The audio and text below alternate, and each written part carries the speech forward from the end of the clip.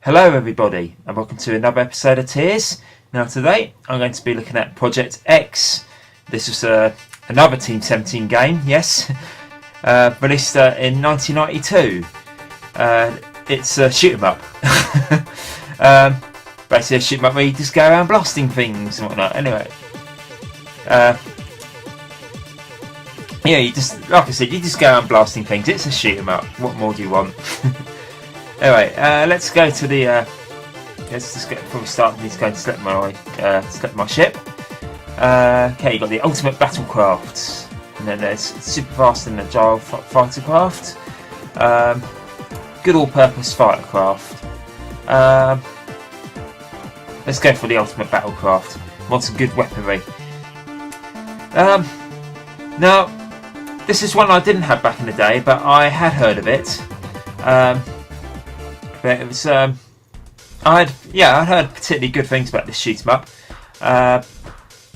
I started playing this one a few years ago on emulation, and what can I say about this? It's a good shoot 'em up. Don't get me wrong, it's a good shoot 'em up, but it's not the best. For reasons I will explain later. Okay, so it's just loading up the first mission here. Yeah, it takes a little while to load up. And here we go. As you break out of hyperdrive, you realise your first mission is to reach the planet itself. Rix is situated at the end of a tricky sector. Enemy forces have been alerted and be cautious of the asteroid bolts on approach. Yeah, I have to say that quite quick because it goes away pretty quickly. And here we go. Get ready, player one. Now, as you see, it doesn't look too bad. I think the ship looks a bit cartoony though. No, I like that there. I love all the speech. That's probably the highest point about this game is the sound. It's the sound. As as with most of the games, the sound in it is really quite impressive. Yeah, it's got good music. Sound effects are impressive. There's a good decent amount of speech in there as well. Now basically, how the weapon upgrade system works is that it's taken from Nemesis or Gradius, whatever you want to call it, whereby basically every now and then you come across these power-ups, those circular things with the P in them, and the more power-ups you get, the different weapon you can choose. And what you do is you press it, basically at the bottom there you can see all the different types of weapons available. Every time you pick a power-up, the next one along will light up. And you can press the space bar and you'll get that power up. But like I said, this game is not perfect, and I shall explain why now.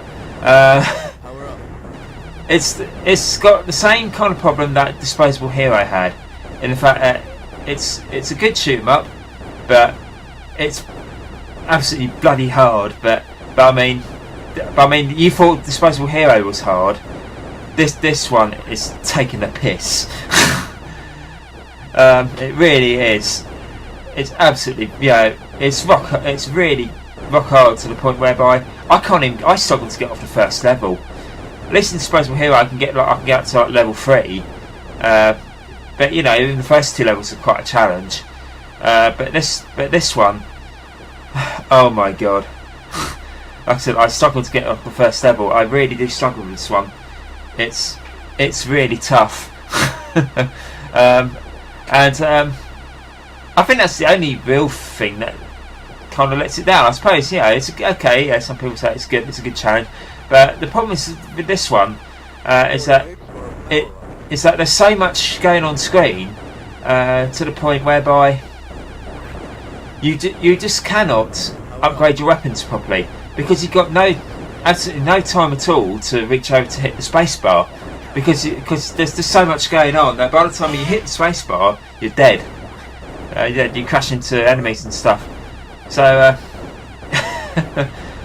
so that's my problem with the game. It's difficult to the point whereby it makes it makes the player not be able to play the game properly, because they can't upgrade their weapon system properly, because of the fact that there's just so much going on screen that they're just totally focused on trying to shoot the baddies down, and they have to completely forget about the weapon system, which is there. So in a way, the difficulty level is detracting from the gameplay, if you know what I mean. So yeah, that is probably the one thing that I found quite annoying this game. It was not that. It's the fact that it's overly difficult. It's too challenging. I wouldn't say it's incredibly frustrating game, but it can get frustrating when you die. You know, when no matter how many times you play the game, you just end up dying on the first level. Which for me, it can increase the level of frustration. But like I said, I'm not saying this is a terrible game. It's got a lot to it. I do like the.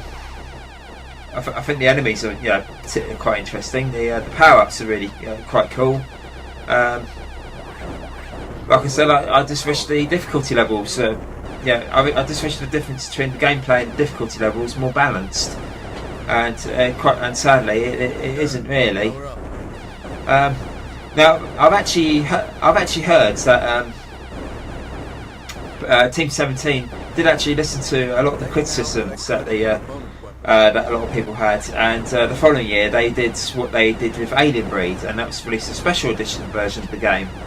And apparently that's meant to sort out the issues of the difficulty level and things. I haven't actually played that version yet, so it'd be interesting to see what it's like, like in terms of the difficulty. But this is the original one. But yeah, this is but yeah, like I said, it's a potentially really good shoot.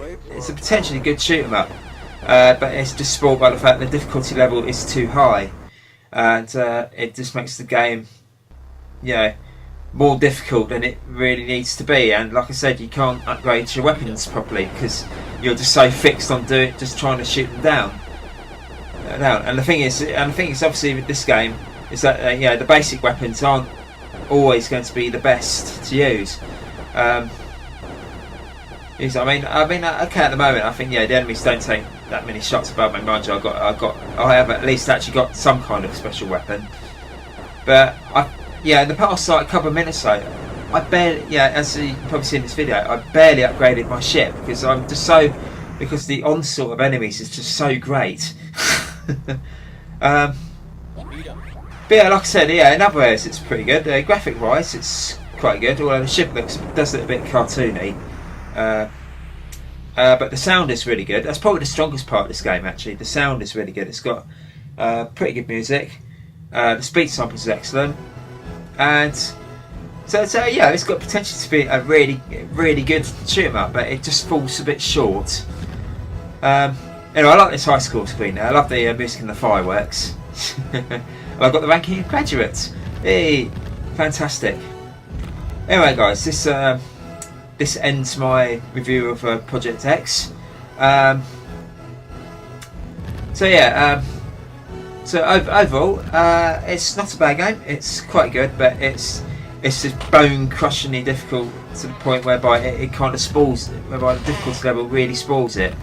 I mean, the difficulty level on Disposable Hero is pretty challenging, but at least that was just challenging and not absolutely overbearingly difficult. I can actually get to like the third level in that game. But this one, I can't even get off the first level because it's just bone-crushingly hard. And in a way, I think that does kind of really spoil this game. But like I said, I've yet to try out the special edition version of this game, which is meant to be a bit easier. So hopefully I shall get around to doing a video of that soon. I've still got loads of other games coming up, including quite a few games which I think some of you may actually remember. And anyway guys, thank you for watching this video. I hope you enjoyed it. I'm going to give this game 3 out of 5. It's a good game, let down by the fact it's just painfully difficult. Anyway, thank you very much for watching guys, and I shall be back again soon with another video. And in the meantime, goodbye for now.